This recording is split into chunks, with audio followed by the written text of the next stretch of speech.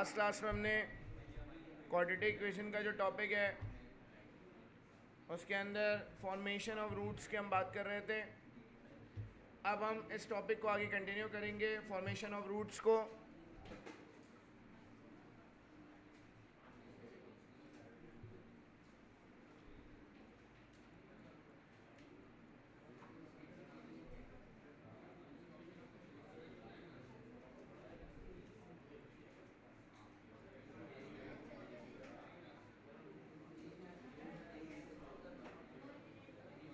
बेटा quadratic equation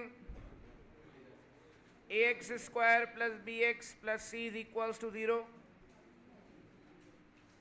without solving quadratic equation अगर हमें सम ऑफ रूट्स और प्रोडक्ट ऑफ रूट्स निकालना हो तो उसका फॉर्मूला होता है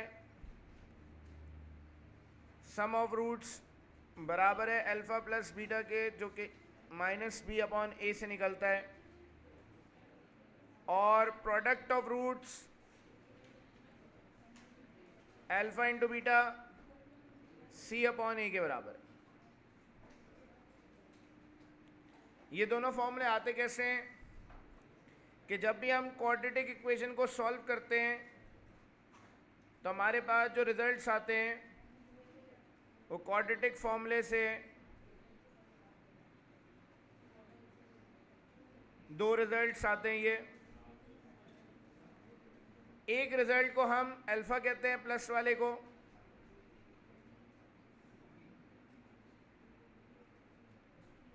और माइनस वाले रिजल्ट को हम बीटा कहते हैं। अगर हम इन दोनों वैल्यूज़ को ऐड करा दें तो हमारे पास सम ऑफ रूट्स का फॉर्मूला ड्राइव होता है कि अल्फ़ा बीटा इस इक्वेशन के रूट्स हैं। अगर हम अल्फ़ा और बीटा को ऐड करा देंगे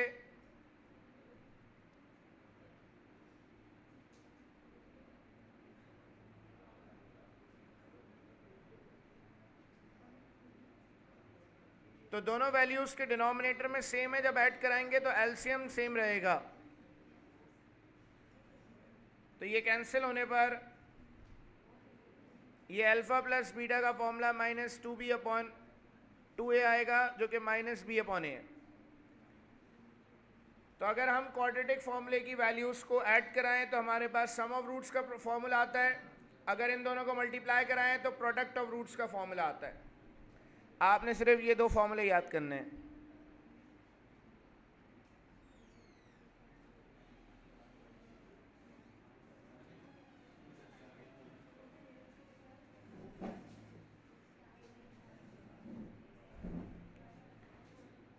अब इससे रिलेटेड एक सवाल करते हैं।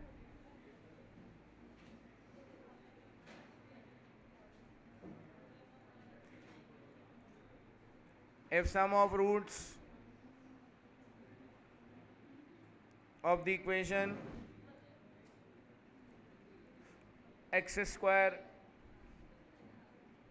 minus 5x plus k is equals to 0 is equal to product of its roots, then find k। अगर इस इक्वेशन के sum of roots product of roots के बराबर हो जाएं तो k की वैल्यू निकालनी है।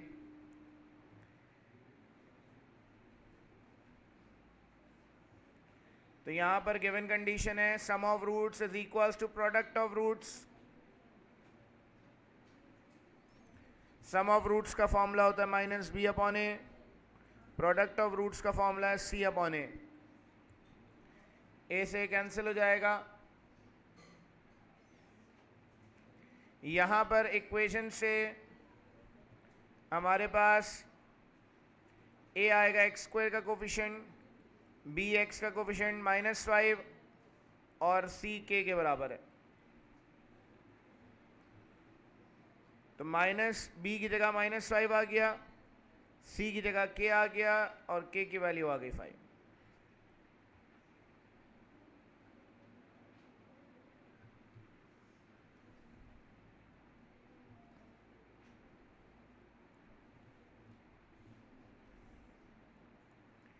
if alpha beta are the roots of x square minus 5x plus 6 is equals to 0, then find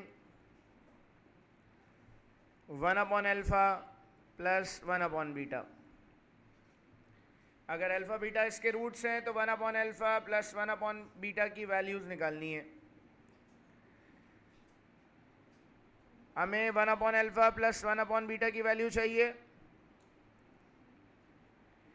LCM लेंगे यहाँ पर.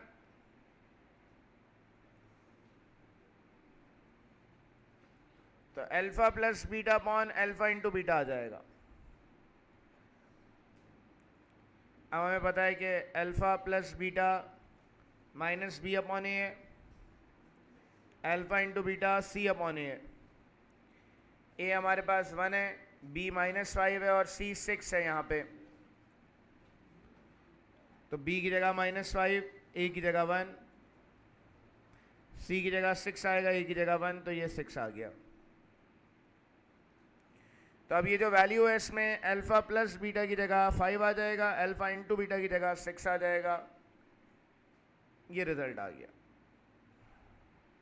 नेक्स्ट क्वेश्चन मैंने लिखा है यहाँ पर, if alpha beta are the roots of x square. बेटा लास्ट रो खामोश हो जाएं.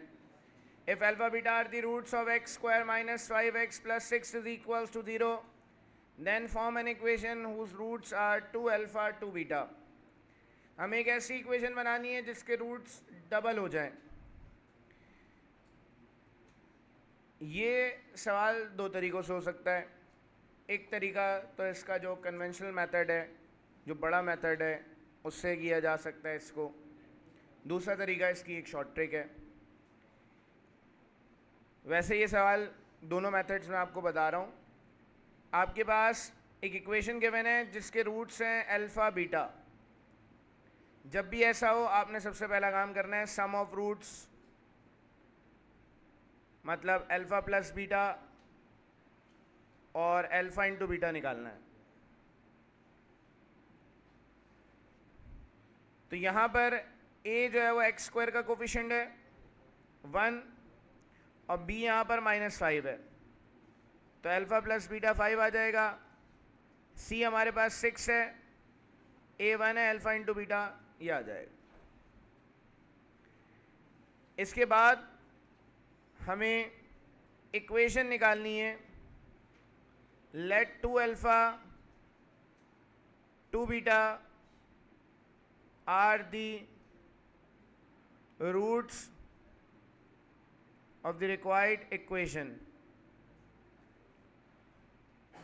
बेटा जब इक्वेशन के रूट्स दिए हुए हों सवाल में कि इस इक्वेशन को निकालना है जिसके रूट्स किए हैं, तो उसके लिए अगेन सम ऑफ रूट्स निकलता है. सम ऑफ रूट्स मतलब इन दोनों को ऐड करा कर निकालते हैं. तो 2 अल्फ़ा और 2 बीटा को ऐड करा दिया. यहाँ से 2 कॉमन निकालेंगे, अल्फ़ा प्लस बीटा आ जाएगा. 2 की जगह 5 रख दिया, सम ऑफ रूट्स आ गया 10. अब जो रिक्वायर्ड इक्वेशन है इसके प्रोडक्ट ऑफ रूट्स चाहिए, मतलब 2 अल्फ़ा और 2 बीटा को मल्टीप्लाई कराना पड़ेगा. प्रोडक्ट ऑफ रूट्स आ जाएंगे 4 अल्फ़ा बीटा. अल्फ़ा बीटा की जगह 6 आएगा, प्रोडक्ट ऑफ रूट्स ये आ गया. लास्ट क्लास में हमने इक्वेशन पढ़ी थी कि अगर हमें रूट्स पता हो और इक्वेशन निकालनी हो तो x square minus sum of root x plus product of roots is equals to 0. तो यहाँ पर सम ऑफ रूट्स की जगह 10 आ गया, प्रोडक्ट ऑफ रूट्स की जगह 24 आ गया. ये रिज़ल्ट आ गया इसका. ये इसका कन्वेंशनल मेथड है जो मैट्रिक क्लास में आपने पढ़ा होगा. एप्टीट्यूड में एक और काम हो सकता है कि आपके पास जो इक्वेशन लिखी हुई है सवाल में गिवन है, आपने वो इक्वेशन लिखनी है. तो गिवन इक्वेशन मैंने यहां लिख दी. आपने एक ऐसी इक्वेशन निकालनी है जिसके रूट्स 2 अल्फ़ा 2 बीटा है.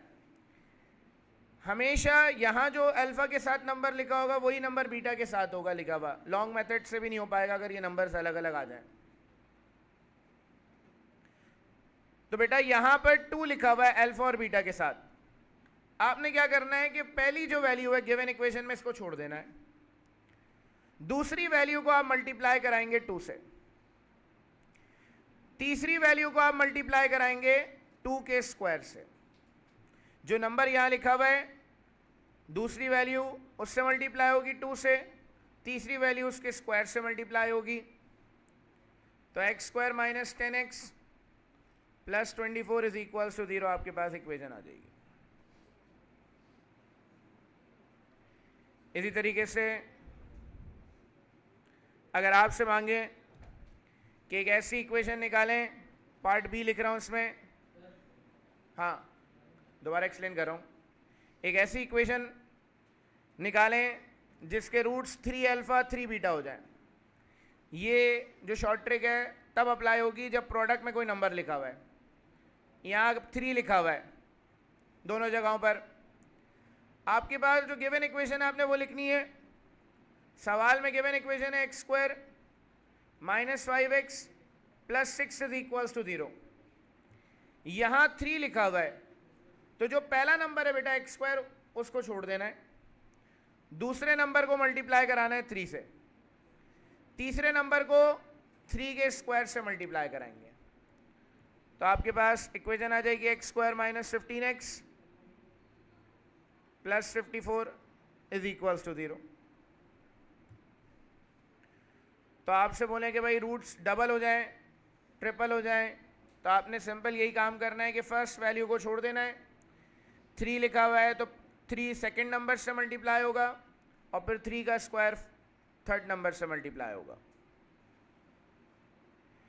एक और सवाल आता है इसका कि if alpha beta are the roots of x square minus 5x plus 6 is equals to 0 then form an equation whose roots are 1 upon alpha 1 upon beta. मतलब अगर आपसे कहें कि रूट्स रेसिप्रोकल हैं तो आपने क्या करना है, जो भी गिवन इक्वेशन है उसको लिख देना है। रेसिप्रोकल रूट्स में जो एक्स स्क्वायर का कोफिशिएंट है और कांस्टेंट ये दोनों इंटरचेंज हो जाएंगे। 6 एक्स स्क्वायर के साथ आ जाएगा और 1 6 की जगह चला जाएगा। ये रिजल्ट आ जाएगा इसका। 10 है ई गेट की बुक का। If alpha beta are the roots of this equation, sorry if the roots of the equation are denoted by alpha beta, एक ही बात है, अल्फा स्क्वायर बीटा स्क्वायर बराबर है 22 के। ये गिवन कंडीशन है। कह रहे हैं इस कंडीशन की मदद से पी की वैल्यू निकालनी है। अब बेटा यहाँ पर जो गिवन कंडीशन है ये है alpha square plus beta square is equals to 22। अब यहाँ पर अल्फा स्क्वायर बीटा स्क्वायर पे कोई फॉर्मूला में लगाना है, एक ऐसा फॉर्मूला जिसकी मदद से हम पी की वैल्यू निकाल सकें। बेटा यहाँ पर a प्लस बी के होल स्क्वायर का फॉर्मूला सॉल्व करके मतलब उल्टा फॉर्मूला लगाया जाता है कि a square plus b square बराबर है a प्लस बी का होल स्क्वायर माइनस 2ab। ये फॉर्मूला इसलिए लगाया जाता है ताकि हम यहाँ पर सम ऑफ रूट्स और प्रोडक्ट ऑफ रूट्स की वैल्यूज रख सकें। तो यहाँ पर हमने ये फॉर्मूला लगा दिया, a प्लस बी का होल स्क्वायर मतलब अल्फा प्लस बीटा का whole square minus 2 alpha into beta बराबर है 22 के। यहाँ बेटा alpha plus beta sum of roots product of roots हमें रखना है। Alpha plus beta minus B upon A, alpha into beta C upon A है। हमारे पास जो इक्वेशन गिवन है x square minus P X plus 7 is equals to 0। यहाँ से a 1 आ जाएगा, b और c आ जाएगा हमारे पास।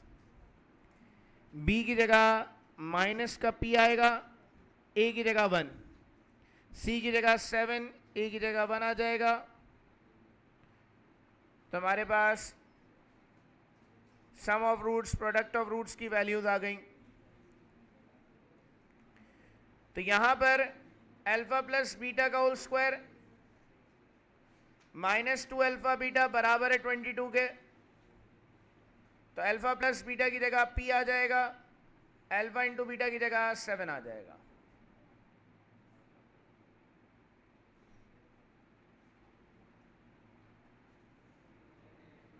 फोर्टीन हो जाएगा, 36 आ गया। दोनों साइड्स पे रूट लगा देंगे तो p की वैल्यू ±6 आ जाएगी।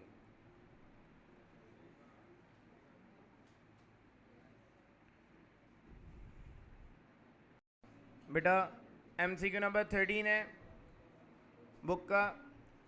For what value of p and q will both roots of the equation vanish. वहां बुक में गलती है कि ई नहीं, यहां पर y नहीं लगा हुआ।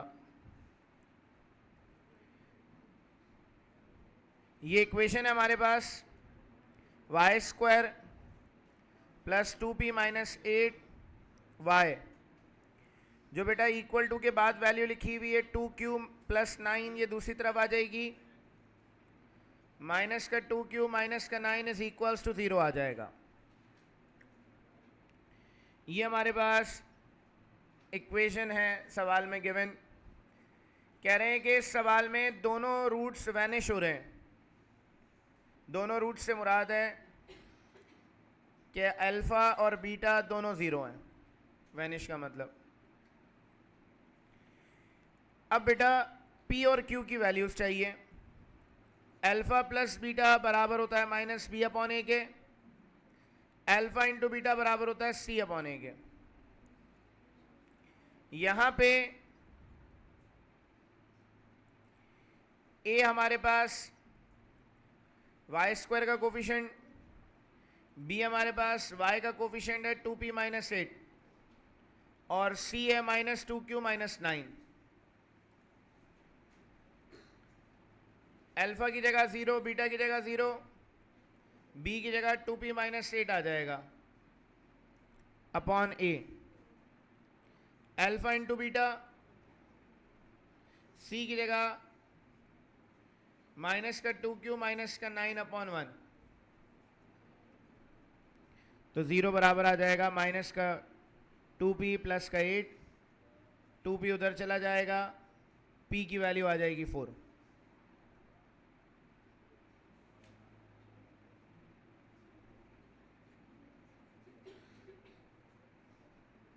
तो 2q बराबर आएगा -9 के, q आ जाएगा -9/2।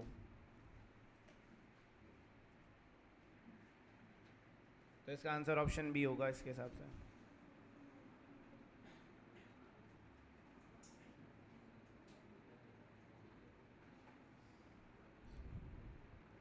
बेटा इसी चैप्टर का नेक्स्ट टॉपिक स्टार्ट कर रहे हैं, रिड्यूसिबल इक्वेशंस। रिड्यूसिबल इक्वेशंस ऐसी इक्वेशंस होती हैं जो कि ईजिली रिड्यूस हो जाती हैं क्वाड्रेटिक इक्वेशन में, और ऐसी इक्वेशंस को हम डायरेक्ट सॉल्व नहीं कर सकते। हम पहले उसको क्वाड्रेटिक में रिड्यूस करते हैं, देन फिर हम इक्वेशन से वेरिएबल की वैल्यूज निकालते हैं। फॉर एग्जाम्पल टाइप नंबर 1 है,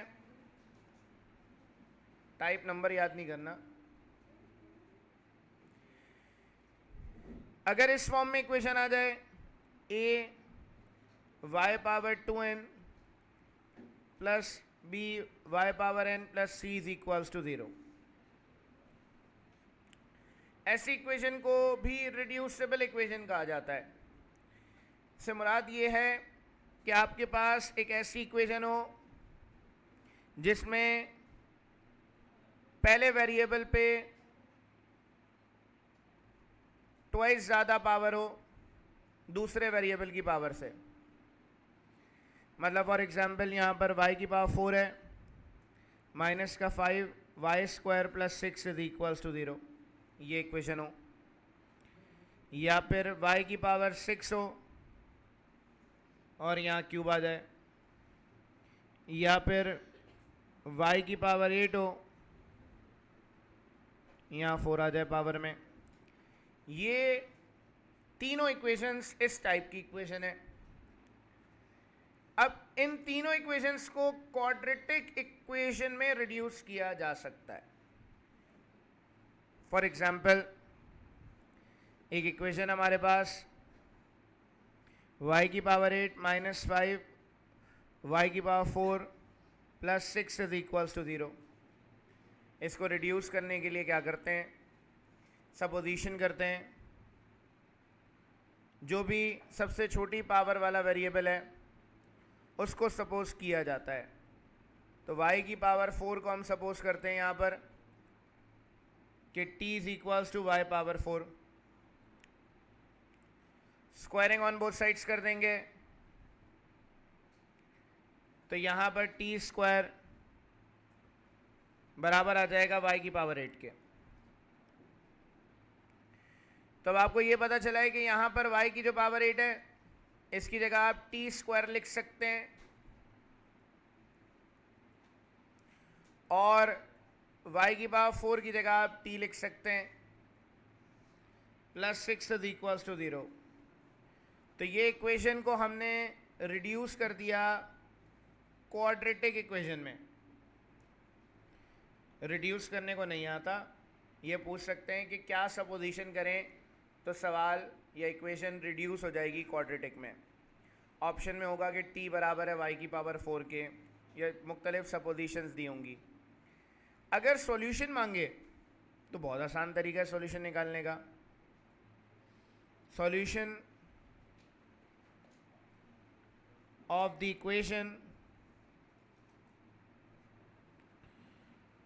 y power 4 minus 5y square plus 6 is equals to 0 is, यहाँ पर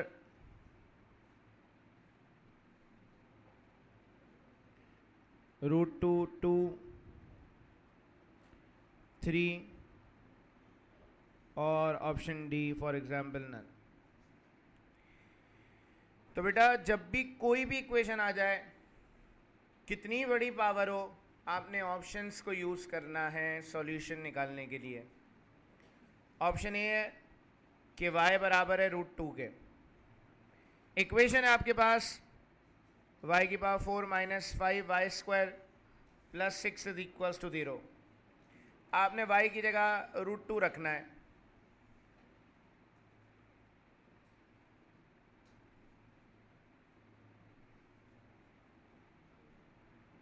तो यहाँ पर स्क्वायर से रूट कैंसिल हो जाएगा, यहाँ रूट से ये स्क्वायर कैंसिल होगा, 2 आ जाएगा, 2 का स्क्वायर 4, 5 2 10 प्लस 6। तो ये 0 इज इक्वल्स टू 0 आ गया। ऑप्शन ए ने इसको वेरीफाई कर दिया, इसका मतलब ऑप्शन ए इसका करेक्ट आंसर है। अगर कहीं ऑप्शन में लिखा होता कि option A and B both या कुछ ऐसा लिखा होता तो फिर हम बाकी ऑप्शंस को भी चेक करते। तो इक्वेशन कोई भी आ जाए, आपने ऑप्शंस को रखना है रिजल्ट निकालने के लिए। कि जब आपके पास 4 फैक्टर्स प्रोडक्ट में आ जाएं, x plus A, x plus B, x plus C, x plus D, इसको भी हम क्वाड्रेटिक बना सकते हैं। इसको क्वाड्रेटिक बनाने के लिए शर्त यह है कि a प्लस बी बराबर होना चाहिए c प्लस डी के। मतलब ये जो फैक्टर्स है हमारे पास, इस सवाल में फैक्टर्स हैं x minus 7, x minus 3, x plus 1 और x प्लस 5 माइनस 16 18। हमें इन फैक्टर्स को, 2 फैक्टर्स को ऐसे अरेंज करना है, 2 2 का पेयर बनाना है। यहाँ पे ऐसा पेयर हो कि बेटा जो कांस्टेंट है साथ में लिखे हुए उनका सम, मतलब a प्लस बी बराबर हो c प्लस डी के। यहाँ पर कांस्टेंट है -7, यहाँ कांस्टेंट है -3। इन दोनों का अगर सम निकालें तो माइनस का 10 आ रहा है। यहां कांस्टेंट 1 है और 5 है, इन दोनों का सम निकालें तो 6 आ रहा है, दोनों इक्वल नहीं आ रहे, तो हमें इसको अरेंज करना होगा।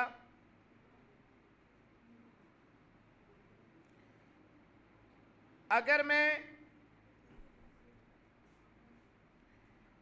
पहला नंबर -7 है और आखिरी नंबर फैक्टर में 5 है, इन दोनों को ऐड कराऊं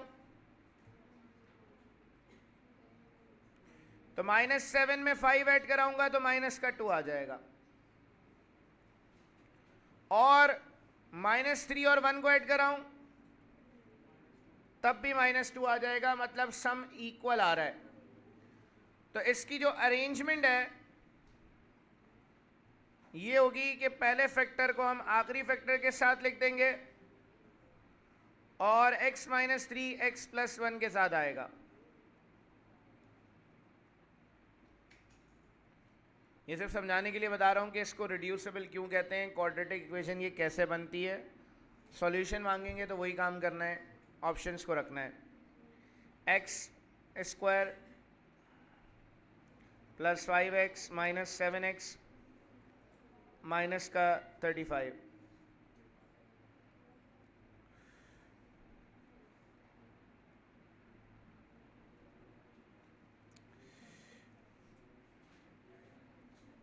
यहां भी इन दोनों फैक्टर्स को मल्टीप्लाई करा देंगे, स्क्वायर -3x + x - 3 -1680 = 0। तो यह आ जाएगा x² - 2x - 35 x² - 2x - 3। तो जब हम अरेंजमेंट करते हैं, अरेंजमेंट करने के बाद मल्टीप्लाई करने पर दोनों में जो वेरिएबल वाली टर्म्स हैं वो सेम आ जाती हैं। और अगर हम इन्हें सपोज कर लें, y सपोज कर लें x² - 2x, तो जो इक्वेशन है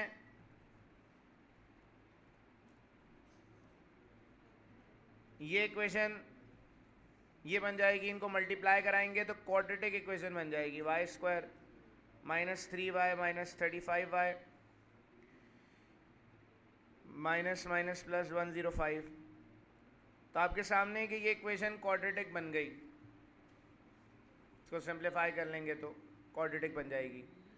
तो सिर्फ ये a + b = c + d क्यों लिखते हैं, ताकि अरेंजमेंट कर सकें और जो फैक्टर्स आए उनमें वेरिएबल सेम हो।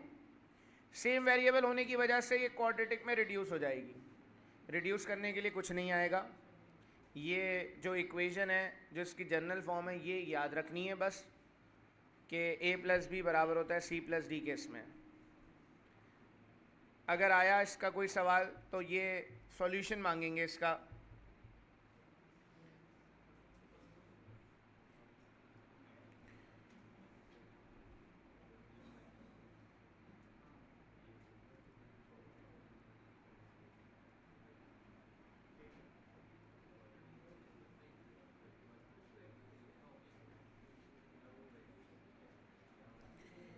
इसका सॉल्यूशन निकालना है,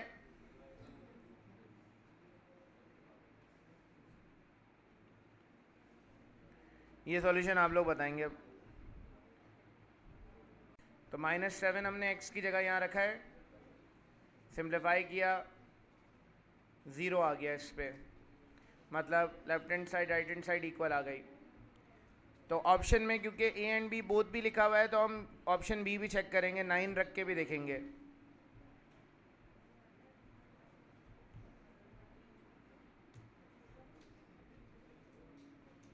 आपसे मांगा जा रहा है, जिस इक्वेशन का सॉल्यूशन मांग रहे हैं उसमें रखेंगे।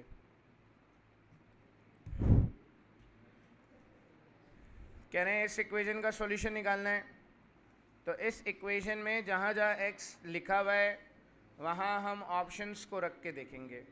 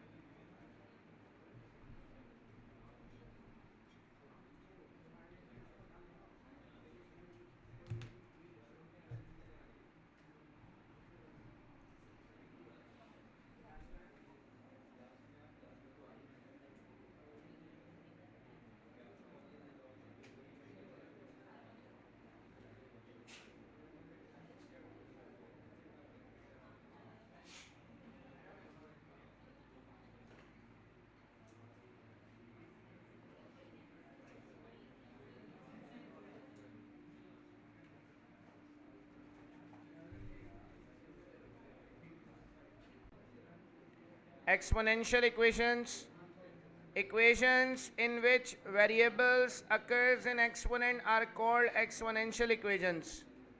ऐसी इक्वेशंस जिनमें वेरिएबल पावर में आ जाए, ऐसी इक्वेशंस को हम एक्सपोनेंशियल इक्वेशंस कहते हैं. एक्सपोनेंशियल इक्वेशंस भी रिड्यूसिबल इक्वेशंस कहलाती हैं, क्योंकि इसको भी क्वाड्रेटिक में रिड्यूस कर सकते हैं, चाहे इस फॉर्म की इक्वेशन हो या फिर इस फॉर्म में हो.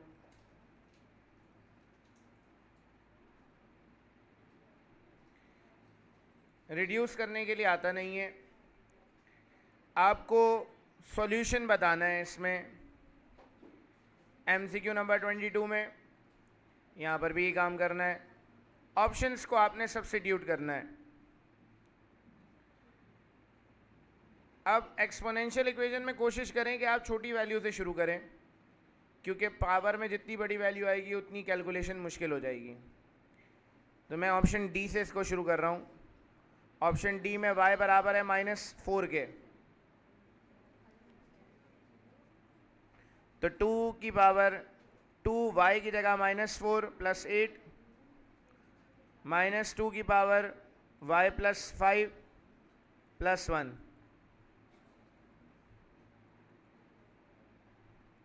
ये -8 + 8 2 पावर 1 + 1,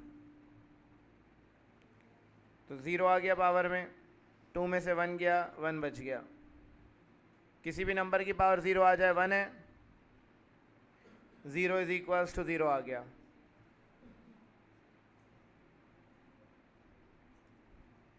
तो इसका आंसर ऑप्शन डी हो जाएगा. नेक्स्ट इक्वेशन पे जा रहे हैं, reciprocal equation. An equation remains unchanged when x is replaced by 1/x is called a reciprocal equation. अगर इक्वेशन में x की जगह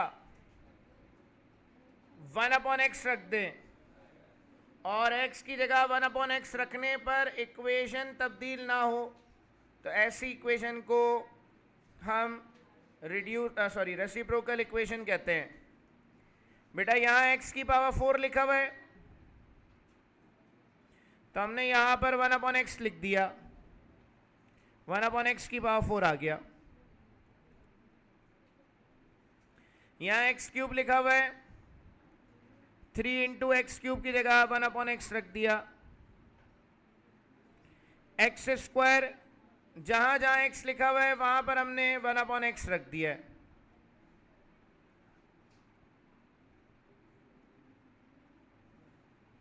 अब इस इक्वेशन को सॉल्व करेंगे, सिंप्लीफाई करेंगे. 1 की पावर 4 1 आ जाएगा, x के ऊपर पावर 4 आ गई. 3 × 1 = 3, x के ऊपर क्यूब आ जाएगा. 4 x के ऊपर स्क्वायर, 3x 3/x + 1 = 0. यहाँ हमें अब एलसीएम लेना है. सबसे बड़ा वेरिएबल जो पावर है वो आ जाएगा एलसीएम. x की पावर 4 एलसीएम आ गया. यहाँ नीचे x की पावर 4 ही लिखा हुआ है. x की पावर 4 को x की पावर 4 बनाने के लिए 1 से मल्टीप्लाई करना होगा, तो ये ऊपर वाला नंबर 1 से मल्टीप्लाई हो गया. x³ को x की पावर 4 बनाने के लिए x से मल्टीप्लाई करना पड़ेगा. यहाँ x² को x की पावर 4 बनाने के लिए मल्टीप्लाई कराएंगे x² से. यहाँ x लिखा हुआ है, इसको x की पावर 4 बनाने के लिए x³ से मल्टीप्लाई करना होगा, और ये वैल्यू x की पावर 4 से मल्टीप्लाई होगी. बेटा हमारे पास ये इक्वेशन आ गई. x की पावर 4 नीचे डिवाइड हो रहा है, वहाँ जाकर 0 से मल्टीप्लाई हो जाएगा. तो x power 4 + 3x³ + 4x² + 3x + 1 = 0. तो सेम इक्वेशन आ गई. डेफिनेशन समझानी थी कि अगर मैं x की जगह 1/x रखूं तो आपके सामने ही कि सेम इक्वेशन आ जाएगी. दूसरी पहचान रेसिप्रोकल इक्वेशन की ये है कि अगर पहला कोफिशिएंट 1 है तो आखिरी कोफिशिएंट भी 1 होगा.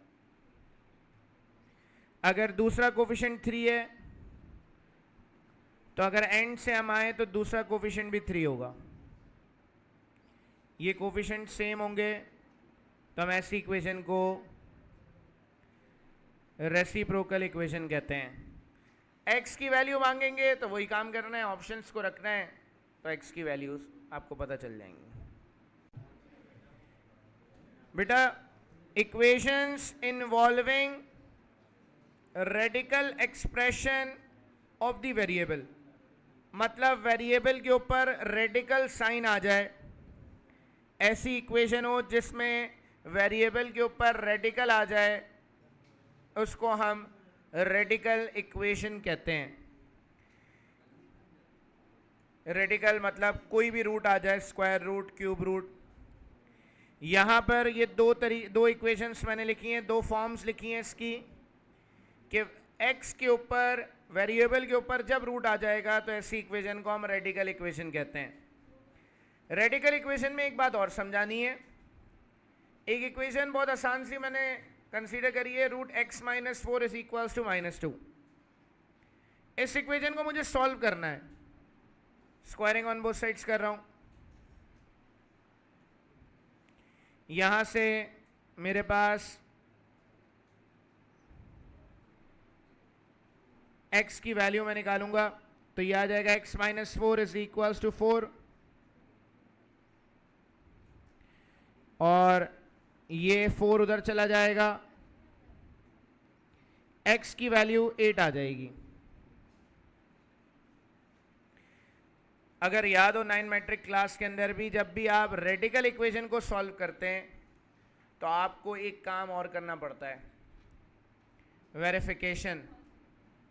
वेरिफिकेशन के बिना आप सॉल्यूशन नहीं लिख सकते रेडिकल इक्वेशन का। तो आपने यहां पर जो सवाल क्वेश्चन दिया हुआ है इसमें आप x की जगह 8 रख के देखेंगे कि इसको वेरीफाई कर रहा है या नहीं कर रहा। तो 8 माइनस 4 इज इक्वल्स टू -2। बेटा यहां पर वेरीफाई करने पर 4 का स्क्वायर रूट 2 आएगा और ये बराबर है -2 के, मतलब दोनों इक्वल नहीं आ रहे। अच्छा, कुछ लोग कहते हैं भाई रूट लगा हुआ है, प्लस माइनस में रिजल्ट क्यों नहीं आ रहा? तो बेटा रूट पहले से लगा हुआ है। जब सवाल में रूट पहले से लगा हुआ हो तो इसका मतलब है जो बाहर साइन लिखी हुई है वही यूज़ होगी। कोई साइन नहीं है तो स्क्वायर रूट के साथ प्लस की साइन है। जब आप स्क्वायर रूट दोनों साइड्स पे लगाते हैं तब प्लस माइनस की साइन आती है। अब बेटा ये जो x इज इक्वल्स टू 8 है, इसने इस इक्वेशन को वेरीफाई नहीं किया, तो इस इक्वेशन के सॉल्यूशन को अगर याद हो तो हम नल सेट लिखते थे। एक ऐसी x की वैल्यू जो कि रेडिकल इक्वेशन को वेरीफाई ना करे, ये इक्वेशन थी रेडिकल क्योंकि इस पर रूट लगा हुआ है। जब स्क्वायरिंग ऑन बोथ साइड्स कर देते हैं जो इक्वेशन आती है वो रेडिकल फ्री इक्वेशन होती है, इसके ऊपर रेडिकल की साइन नहीं है। तो x की वैल्यू हमारे पास 8 आ गई। x की वैल्यू जो 8 आई है ये असल में रेडिकल फ्री इक्वेशन का सॉल्यूशन है। अब ये सॉल्यूशन रेडिकल इक्वेशन का है या नहीं है हम वेरिफिकेशन करके चेक करते हैं। अगर x की वैल्यू इक्वेशन को वेरीफाई नहीं करती तो ऐसी वैल्यू को एक्सट्रेनियस रूट्स कहा जाता है।